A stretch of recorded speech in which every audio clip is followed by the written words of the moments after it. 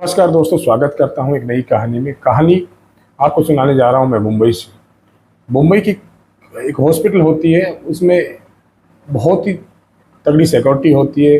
Gate के entry पे भी पुलिस वाले हैं और एक वार्ड है, उस पे भी पुलिस वालों का सख्त पहरा है।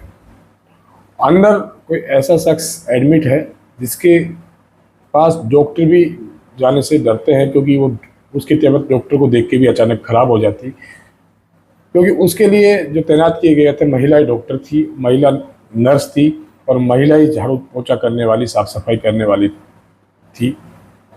एक लड़की एडमिट होती है और वो इंसान शर्मसार करने वाली घटना को भुगत के आई थी। आखिर क्या हुआ था उसके साथ और क्यों उसके पास कोई आदमी जैसे ही जाता था तो आदमी की चेहरा देख के ही उसकी सांसें तेज तेज चलने लगती थी, उसकी तबीयत खराब हो जाती।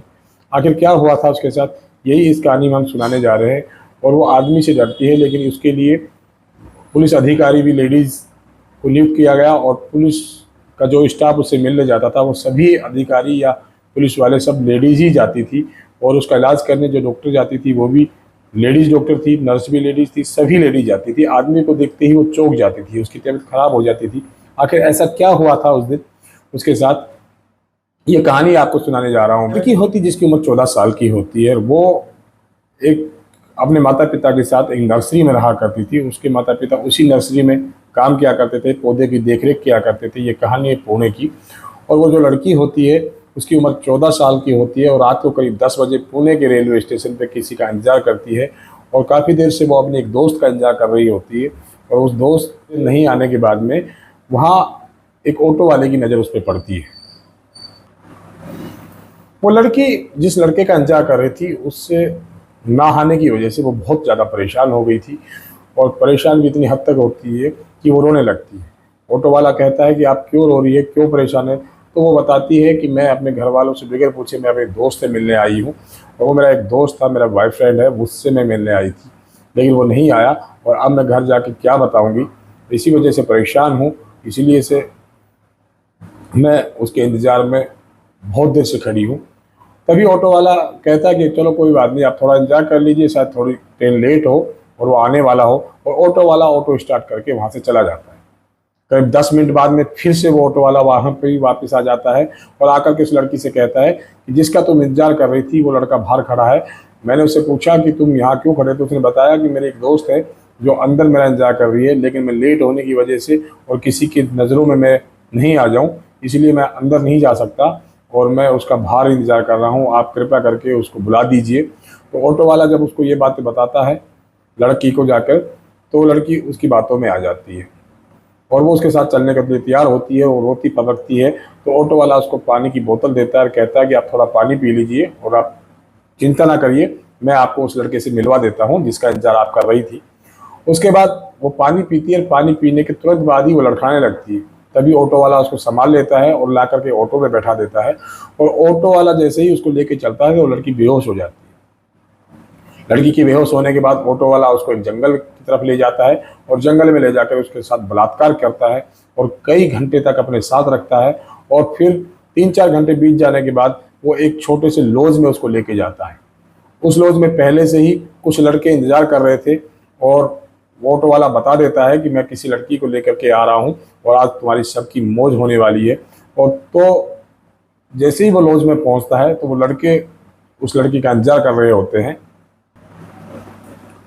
और उस लड़की को जो नशे की हालात में थी उसको कमरे में लाया जाता है। कमरे में ला करके उसके सारे कपड़े निकाल दिए जाते हैं, उसको नग्न अवस्था में कमरे में रखा जाता है।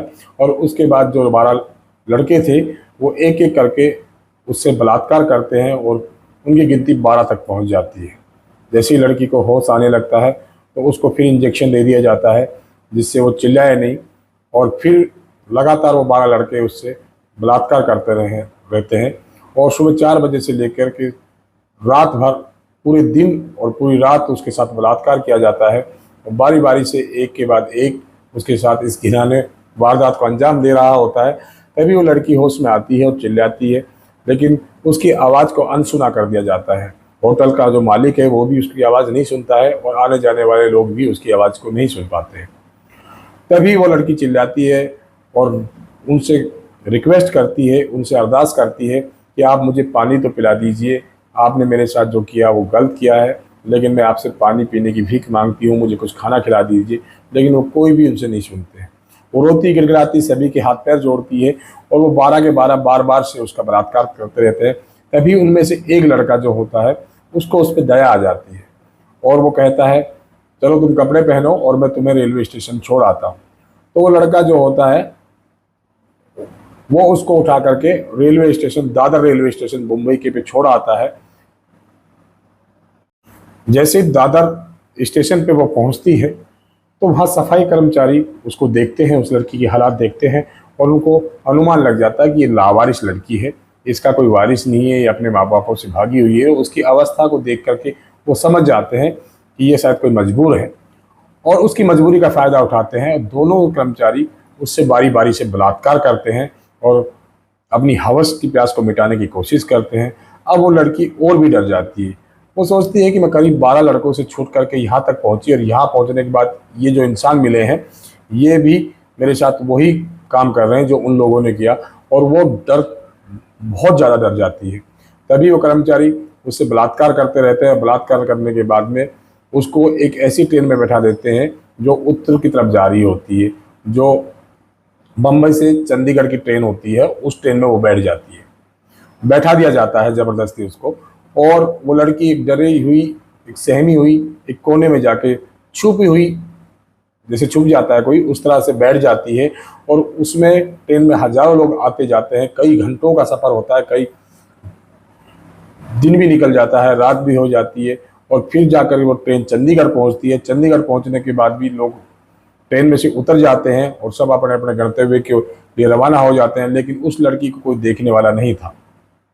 तभी रेलवे पुलिस का एक पुलिस वाला होता है, वो उस लड़की को देख लेता है। देख के वो समझ जाता है कि उसकी हालात जो देखता है तो वो समझ जाता है कि इसके साथ कुछ ना कुछ तो गलत हुआ है। तभी वो उस लड़की के पास आता है, आके पूछता है कि तुम्हारे साथ क्या हुआ है और तुम कहाँ से आई हो। तो वो लड़की उसको देखती है तो उस वर्दी में भी उसको एक आदमी नजर आता है। वो आदमी नाम की चीज़ से इतना डर जाती है, इंसान से, कि वो किसी से बात तक नहीं करना चाहती। और वो सोचती है कि मैं पहले ही इस तरह की घटना से गुजरी हूँ, कहीं ऐसा ना हो ये भी मेरे साथ बलात्कार करे, और इस बात के लेकर के और ज़्यादा सहम जाती है, डर जाती है। वो पुलिस वाला जो होता है, जो जीआरपी का होता है, रेलवे विभाग का पुलिस वाला होता है, वो समझ जाता है इस लड़की के साथ वाकई में कुछ गलत हुआ है और वो उससे डर जाती है। तो वो वर्ल्ड चाइल्ड हेल्पलाइन नंबर पे फ़ोन करता है और चंडीगढ़ की संस्था के अधिकारी वहाँ पर आ जाते हैं, जो बच्चों को पुनर्वास और बच्चों को इंसाफ दिलाने का काम करते हैं। चाइल्ड लाइफ वेरिफिकेशन होती है, उसकी एक महिला अधिकारी वहाँ आती है, उस लड़की को देखती है तो उसके पास जाती है, उसको दुलार करती है और उससे प्यार से पूछती है कि बेटा तुम्हारे साथ क्या हुआ, तुम कहाँ के रहने वाले हो। तो वो पहले तो कुछ नहीं बताती है, फिर उसको खाना खिलाया जाता है और उस औरत द्वारा उससे सहानुभूति दर्शाई जाती है और उसकी सहानुभूति से वो भावुक हो जाती है और वो रोने लगती है और फिर कहती है कि मेरे साथ इस तरह से ये घटना घटी है, मेरे साथ 12 लड़कों ने इस तरह से बलात्कार किया, मुझे नशीली दवाई पिला करके मेरा किडनैप किया गया, मुझे एक कमरे में बंद रखा गया और बहुत मन्नत करने के बाद मुझे दादर रेलवे स्टेशन पर छोड़ा गया, और रेलवे स्टेशन पर छोड़ने के बाद में जो कर्मचारी थे उन्होंने भी मेरा बलात्कार किया। वो अपनी कहानी सुनाई रही थी कि उस महिला की आंखों में आंसू आ जाते हैं और वो सोचती है कि इंसान आखिर किस कदर तक गिर सकता है और इस घटना को अंजाम देने के लिए पत्थर के भी आंसू निकल आए, इस तरह की उसके साथ दरिंदगी हुई है। और वो पुलिस का जो अधिकारी था, जो पुलिस वाला था, वो भी इस घटना को सुनता है तो उसकी आंखें भी लाल हो जाती है। उसको गुस्सा भी आता है उन लोगों पे और उसको क्रोध भी आता है, लेकिन उस लड़की से सहानुभूति होती है। और इधर पुणे में उसके जो माँ और बाप होते हैं वो परेशान हो जाते हैं कि हमारी लड़की आखिरकार गई कहाँ, और वहाँ लोकल पुलिस स्टेशन पे जाकर के वो रिपोर्ट लिखवा देते हैं और कहते हैं कि हमारी बच्ची यहाँ है नहीं। और पुलिस वाले भी हरकत में आते हैं और उसकी तलाश की जाती है, सभी सीसीटीवी कैमरे खंगाले जाते हैं, लेकिन उस लड़की का कोई अता पता नहीं लगता। उधर जीआरपी पुलिस चंडीगढ़ से एक जो उसका लोकल रेलवे पुलिस स्टेशन होता है उस लड़की का, जहाँ उसके माता पिता रहते हैं, उससे संपर्क किया जाता है और उस लड़की के बारे में जानकारी दी जाती है। तो पुलिस के पास पहले ही उसकी गुमशुदगी की रिपोर्ट थी और जैसे ही उस लड़की का पता लगता है तो पुलिस एक्शन में आती है और उस पुलिस उसके माँ बाप को तसल्ली देती है। उसको साथ लेकर के हवाई जहाज से चंडीगढ़ जाया जाता है। चंडीगढ़ से उसको अपने साथ लेकर के मुंबई पुलिस लेके वापस आती है पुणे में, और उस लड़की के लिए पुलिस द्वारा स्पेशल स्टाफ की नियुक्ति की जाती है कि उसके जो जांच अधिकारी हैं वो सभी महिलाएं हैं, क्योंकि वो पुरुषों से डर रही होती है, और उसका इलाज करने वाले जो भी होते हैं वो सभी डॉक्टर की टीम जो होती है वो सभी महिलाएं होती है। और उस लड़की को इंसाफ दिलाने के लिए पुलिस फुल एक्शन में आ जाती है। पुलिस लड़की की मासूमियत को देखते हुए उस पर दया भी दिखाती है और कहती है ऐसे दरिंदों को तुरंत पकड़ा जाना चाहिए और सलाखों के पीछे जाना चाहिए। उसके बाद पुलिस अपने पूरे एक्शन में काम करती है और करीब 100-200 सीसीटीवी कैमरों की जांच पड़ताल की जाती है। जांच पड़ताल के दौरान पुलिस को वो व्यक्ति नज़र आ जाता है, वो ऑटो वाला नज़र आ जाता है जिसकी उम्र 30 साल होती है, और उसका नंबर ट्रेस हो जाता है। उसके बाद ऑटो वाले को पुलिस गिरफ्तार कर लेती है।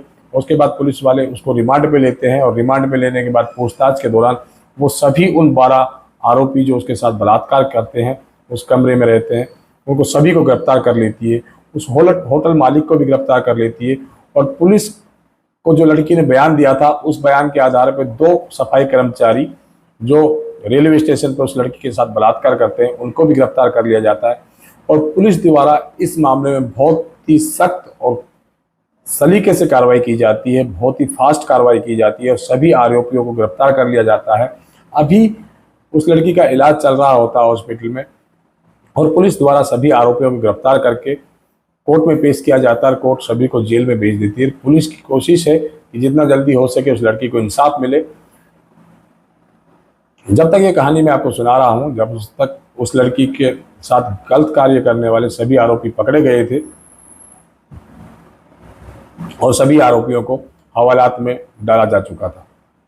ऐसी घटना भविष्य में किसी के साथ ना हो, इस तरह की कोई भी कहानी, घृणित कहानी किसी के साथ ना हो, इसलिए सभी बालिग बच्चों को अपने माँ बाप के साथ ही कहीं बाहर का सफ़र करना चाहिए या जाना चाहिए। किसी दोस्त के बहकावे में आकर के इस तरह की कोई भी हरकत नहीं करनी चाहिए जिससे उसको उसका खामियाजा भुगतना पड़े। और मैं सलाम करता हूं पुलिस वालों को जिसने इस मामले की पूरी जांच की, और रेलवे विभाग के अधिकारी जिसने इस मामले को महिला आयोग तक पहुंचाया, और महिला आयोग की जो अधिकारी जिसने उस लड़की का दिल जीता, उससे सहानुभूति जताई और उसकी जो कहानी थी उससे पूछ करके उन उस केस के जो दरिंदे थे उनको गिरफ्तार करवाने में अहम भूमिका निभाई। पुलिस ने इस मामले में कुल 16 गिरफ्तारी की और मामले को फास्ट ट्रैक कोर्ट में पेश करने की उनकी सिफारिश है। ऐसे इंसाफ मिलना चाहिए ऐसी बच्ची को। आखिरकार उसके साथ गलत हुआ और इंसान कितना हद तक गिर जाता, कितना क्रूर हो जाता है, यही इस कहानी में सुनाया गया है।